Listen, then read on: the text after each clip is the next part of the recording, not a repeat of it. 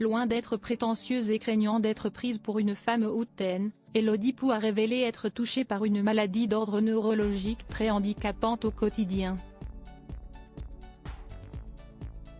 Celle qui fait partie du jury 100% féminin de l'élection Miss France 2024 a révélé les dessous de cette maladie aux journalistes du Parisien. Interviewée par nos confrères du Parisien, Elodie Pou a révélé être atteinte d'un trouble rare d'ordre neurologique, la prosopagnosie.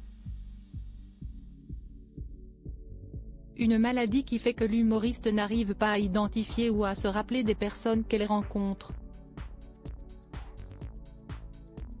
Vous confiez sur scène être atteinte de prosopagnosie, vous ne reconnaissez pas les visages.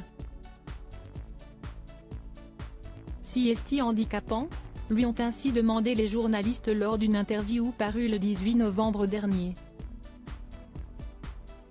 Quand j'ai commencé à faire ce métier, je me suis aperçu que c'était vraiment un souci, je ne reconnaissais pas mon propre régisseur.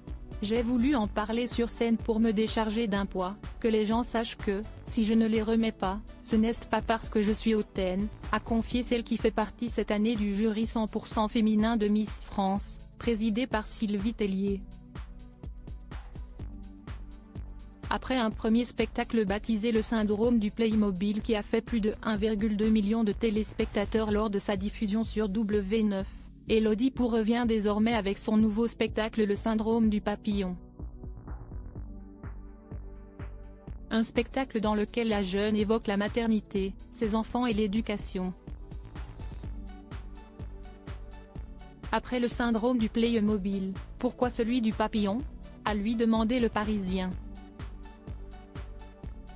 Je voulais parler de l'épanouissement, et il n'y a rien qui le représente mieux que cet animal qui rampe par terre, s'enferme dans un cocon et qui part en volant. C'était tout trouvé, a répondu la comédienne de 41 ans. Une tournée des Zéniths programmée à vie aux fans, Elodie Pou a programmé une tournée des Zéniths avec plein de surprises dit-elle.